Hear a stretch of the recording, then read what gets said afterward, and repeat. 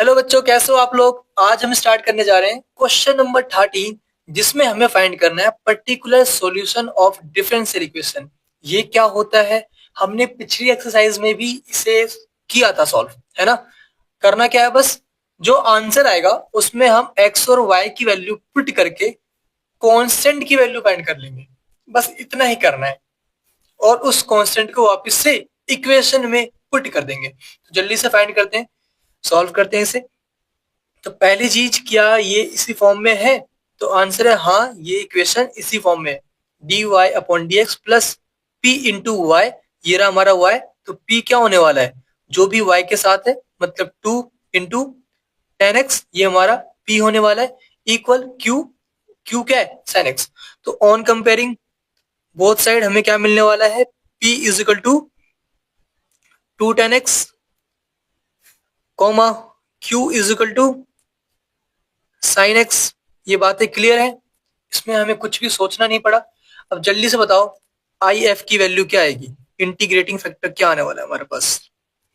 ई की power integration P D x, P क्या है हमारा 2 10 x डी एक्स। तो इसके बाद इंटीग्रेशन ऑफ 10 क्या होगा, 2 का 2। इंटीग्रेशन ऑफ 10 क्या होता है हमारे पास, बताओ सोच के जल्दी से। इंटीग्रेशन ऑफ 10 क्या होता है, देखो इंटीग्रेशन ऑफ 10 के दो फॉर्मूले हैं। एक तो ये वाला है log minus log mode cos x, और एक है लॉग मोड सेक एक्स। तो ये यूज कर लेते हैं, इसमें नेगेटिव नहीं है, दोनों एक ही बात होती है। हमने इस पे बात कई बार कर रखी है किसी वीडियो में, बाकी ये यूज कर लेते हैं। तो यहाँ पे क्या आने वाला है, log mod sec X. Okay, तो इसको मैं लिख सकता हूं ई की power log mod sec X का स्क्वायर, क्योंकि बताओ पावर को आप ऊपर में लिख सकते हो। प्रॉपर्टी होती है हमारे पास लॉग एम की पावर एन इक्वल होता है एन इंटू में लॉग एम के, है ना। तो यहाँ पे एन जो था आगे, यहाँ पे 2 है, एन की वैल्यू कंपेयर करेंगे तो हम इसको पावर में लिख सकते हैं एम के। तो हमने सेक एक्स के पावर में लिख दिया 2 को, ठीक है। और हम मन ही मन हम जानते हैं कि इसे कैंसिल कर सकते हैं। तो बचेगा क्या हमारे पास, सेक स्क्वायर एक्स, है ना। ये कैंसिल हो गया, क्या बचा, सेक स्क्वायर एक्स। ये वैल्यू मिली हमें किसकी, आई एफ की। अब सॉल्व कर लो। तो हमें पता है कि सॉल्व कैसे होता है, जनरल सॉल्यूशन कैसे निकलता है हमारे पास, y सॉल्यूशन क्या मिलने वाला है हमारे पास, y इंटू में आई एफ, y इंटू में आई एफ, जो कि क्या है sec square X. Sec square x equal to integration of Q, Q क्या है हमारे पास, साइन एक्स।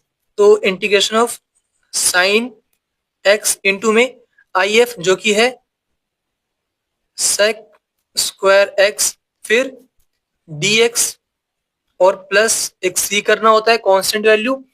ओके, तो ये आ चुका है, जल्दी से इंटीग्रेट करो, उसके बाद ये वैल्यू पुट करके इस कांस्टेंट की वैल्यू भी फाइंड करनी होगी हमें।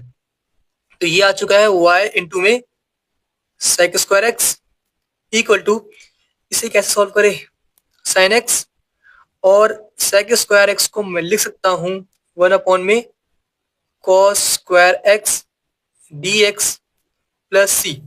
ओके, इसके बाद y sec square x equal to integration of sine upon cos, क्या होता है, टेन होता है। तो यहाँ पे 10x आ गया, यहाँ पे कॉस स्क्वायर था तो साइन अपॉन कॉस 10 हो गया, एक कॉस नीचे बच गया, है ना। तो 1 कॉस क्या होता है, सेक होता है, तो सेक एक्स आ गया। कोई दिक्कत इसमें किसी को, कोई डाउट नहीं होना चाहिए। साइन अपॉन कॉस 10 हो गया, यहाँ पे कॉस स्क्वायर था मतलब 2 कॉस से, तो एक कॉस बच गया, जो कि मैंने सेक एक्स लिख दिया, ठीक है। 1 कॉस क्या होता है, सेक होता है। ये आ चुका है, देखो ये फॉर्मूला बन गया किसका, बताओ, ये फॉर्मूला बन गया हमारे पास सेक एक्स का, है कि नहीं। तो ये आ चुका है y इंटू में sec square x equal to में सेक एक्स प्लस सी। ओके, ये किसका इंटीग्रेशन, इसका इंटीग्रेशन क्या होता है, integration of 10x sec X, sec X होता है। फॉर्मूला नोट कर लो अगर आपको आता ना हो तो। अब क्या करना है हमें, इसके बाद हमें ये वैल्यूज पुट करनी है, at Y is equal to 0 and X equal to pi by 3, at Y is equal to 0 and X equal to pi by 3। बताओ वैल्यू क्या मिलेगी कांस्टेंट की, सी की वैल्यू क्या मिलेगी बताओ सोच के। अगर मैं y की वैल्यू 0 पुट करूंगा तो यहाँ पे क्या आने वाला है 0 इंटू में सेक स्क्वायर पाई बाय 3, और 0 इंटू कुछ भी हो 0 होता है, तो मैं क्यों ही मैं वैल्यूज निकालू यहाँ पे। फिर यहाँ पे क्या है सेक एक्स जिसकी वैल्यू क्या है पाई बाय 3, मतलब सेक पाई बाय 3 प्लस सी, तो मैं यहाँ कर दूं तो 0 इक्वल टू सेक 60 की वैल्यू क्या होती है, cos 60 की वैल्यू क्या होती है 1/2, तो उसका उल्टा कर दो तो 2 आएगा, तो 2 प्लस सी, तो सी की वैल्यू क्या आ गई 2 को इधर ले आओ माइनस का 2।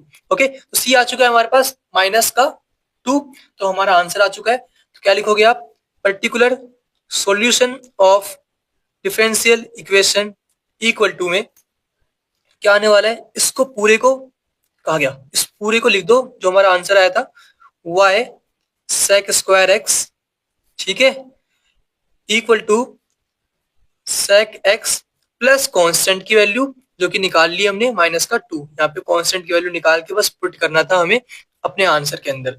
इसके अंदर हमने जहाँ पे सी लिखा था वहां पे -2 पुट कर दिया और हमारा आंसर कंप्लीट हो गया। ओके, बस इतना ही करना था, ठीक है।